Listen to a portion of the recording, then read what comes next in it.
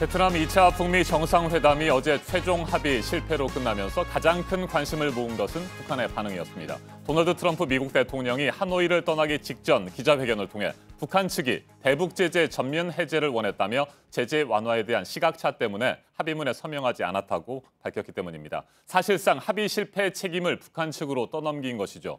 이후 10시간가량 침묵하던 북한이 현지 시간으로 오늘 새벽 0시를 넘겨 우리 시간으로 따지면 새벽 2시쯤 기자회견을 갖고 첫 번째 공식 입장을 밝혔습니다. 이용호 외무상은 북한이 전면적인 제재 해제를 요구하지 않았다고 밝혔습니다. 트럼프 대통령의 설명과 정반대 주장입니다. 네, 이번 정상회담에서 합의가 나오지 않은 것을 두고 북한과 미국 간의 입장 차이가 이렇게 확인이 된 겁니다. 앞으로 또 협상이 있을 여지를 미국과 북한 양측 모두 남기기는 했습니다. 북한 매체는 실제로 오늘 아침에 이번 정상회담을 보도하면서 생산적인 대화를 이어가기로 했다고 전하기도 했습니다.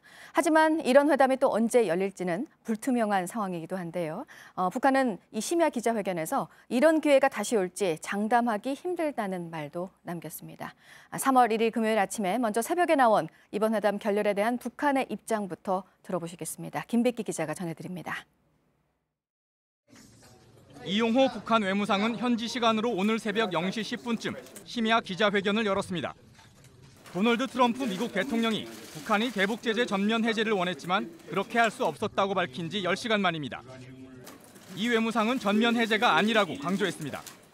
일부 해제, 구체적으로는 유엔 제재결의 총 11건 가운데서 2016년부터 17년까지 채택된 5건, 그중에서 민수 경제와 인민생활에 지장을 주는 항목들만 먼저 해제하라는 것입니다. 미국이 군사 분야 조치를 한 게 부담스러울 수 있기 때문에 부분적 해제를 요구했다는 겁니다. 민생경제, 즉 주민생활과 관련된 제재가 해제되면 영변 지역 핵시설을 영구적으로 완전히 폐기한다고도 했습니다. 또 미국의 우려를 덜어주기 위해 핵시험과 장거리 로켓 발사를 영구적으로 중지한다는 확약도 문서로 줄 수 있다고 말했습니다.